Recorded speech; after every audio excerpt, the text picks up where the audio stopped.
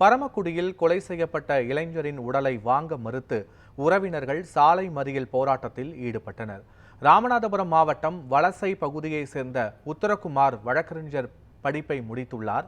இந்த நிலையில் இரவில் சகோதரியின் வீட்டிற்கு சென்று கொண்டிருந்த போது முகமூடி அணிந்து வந்த மர்ம நபர்கள் உத்தரகுமாரை வெட்டியதில் முகம் சிதைந்த நிலையில் உயிரிழந்தார். இதைத் தொடர்ந்து உடலை மீட்டு உடற்கூறு ஆய்விற்காக மருத்துவமனை அனுப்பி வைத்தனர். கொலை செய்யப்பட்ட உத்தரகுமார் கடந்த ஆண்டு கொலை செய்யப்பட்ட தொழிலதிபர் பழனிசாமி வழக்கில் முக்கிய குற்றவாளி எனவும் சிறைக்கு சென்ற உத்தரகுமார் ஜாமீனில் வந்தார் என்றும் கூறப்படுகிறது.